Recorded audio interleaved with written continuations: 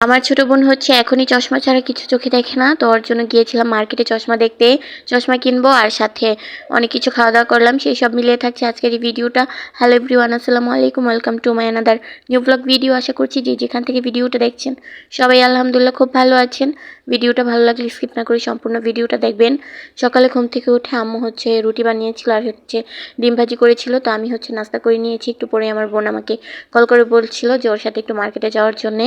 ও হচ্ছে একটা চশমা কিনবে। আগের দিন ঘুরতে গিয়েছিল পার্কে, ওইখানে গিয়ে সুইমিং পুলে গোসল করে ওইখানে হচ্ছে চশমাটা ভেঙে ফেলছে। তো এখন হচ্ছে ও নাকি চোখে কিছুই দেখে না চশমা ছাড়া, ওর জন্যে চশমা কিনতে যেতে হবে। তো আব্বু আবার সকালে মুরগি কিনেছিল 3টা, ওইগুলোই হচ্ছে আম্মু কেটে কুটে রেডি করে পরিষ্কার করে রাখছিল। তো আমি হচ্ছে এখানে আম্মুর সাথে একটু কাজ করে দিয়ে তারপর বাবুকে খাইয়ে ঘুম পাড়িয়ে চলে যায় আমার বোনের সাথে মার্কেটে যাওয়ার জন্যে।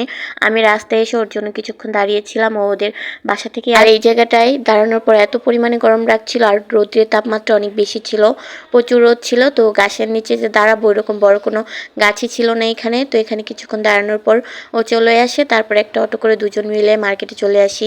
এসে চশমার দোকানে যাই। এখান থেকে হচ্ছে ও চশমার ফ্রেম চুজ করছিল। ওর হচ্ছে একটা প্রথম ফ্রেম পছন্দ হয়েছে, তারপর ওইটা নাকি আর ওর ভালো লাগে না, ওইটা চেঞ্জ করে আরেকটাও নিয়েছে। এরপর হচ্ছে এখনও একটা একটা করে ট্রায়াল করে দেখছিল যে কোনটা ওর কাছে ভালো লাগে।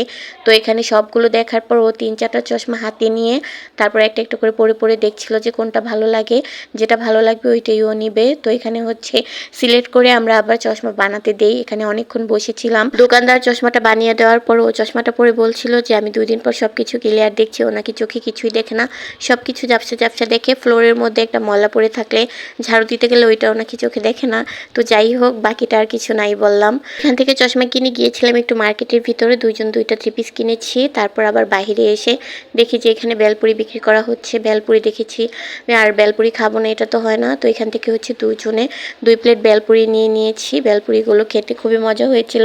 আর প্রতিবারই যখন মার্কেটে যাই এরকম ভেলপুরি, ফুচকা, তারপর ঝালমুড়ি এগুলো খাওয়াই হয়। তো এই যে ভেলপুরি খেয়ে মার্কেটের বাইরে ফুটপাতে কিছুক্ষণ ঘোরাঘুরি করছিলাম। ফুটপাতে বাচ্চাদের থেকে বড়দের থেকে শুরু করে অনেক কিছু বিক্রি করা হচ্ছিল। তো আমি আর আমার বোন ঘুরে ঘুরে দেখছিলাম যে কিছু কেনা যায় কিনা। তারপর আমার বোন আয়নার জন্য এক জোড়া জুতা কিনে এরপর হচ্ছে আমরা আবার যাই ফুচকা খেতে। ওইখানে দেখলাম যে ছোট ছোট পানিপুরি যে ফুচকাগুলো আছে ওইগুলো বিক্রি করছে। তো এখান থেকে হচ্ছে দুজনে আবার 2 প্লেট ফুচকা নিলাম। এই ফুচকাগুলো খেতে অনেক মজা হয়েছিল, টক টক লাগছিল। আমি বলেছিলাম আমার ফুচকাটা একটু ঝাল বেশি দিতে, আর আমার ছোট বোন একটু ঝাল কম খেয়েছিল। আর এই ফুচকাগুলো কিন্তু ঝাল ঝাল খেলেই খুব ভালো লাগে, আর টক টক ছিল, ঝাল টক সব মিলিয়ে খুব ভালো লেগেছে। তো এখান থেকে ফুচকা খেয়ে তারপর কিছুক্ষণ ঘোরাঘুরি করে আমরা বাসায় চলে যাই। আজকের ভিডিও এই পর্যন্তই। সবাই ভালো থাকবেন, সুস্থ থাকবেন, আল্লাহ হাফেজ।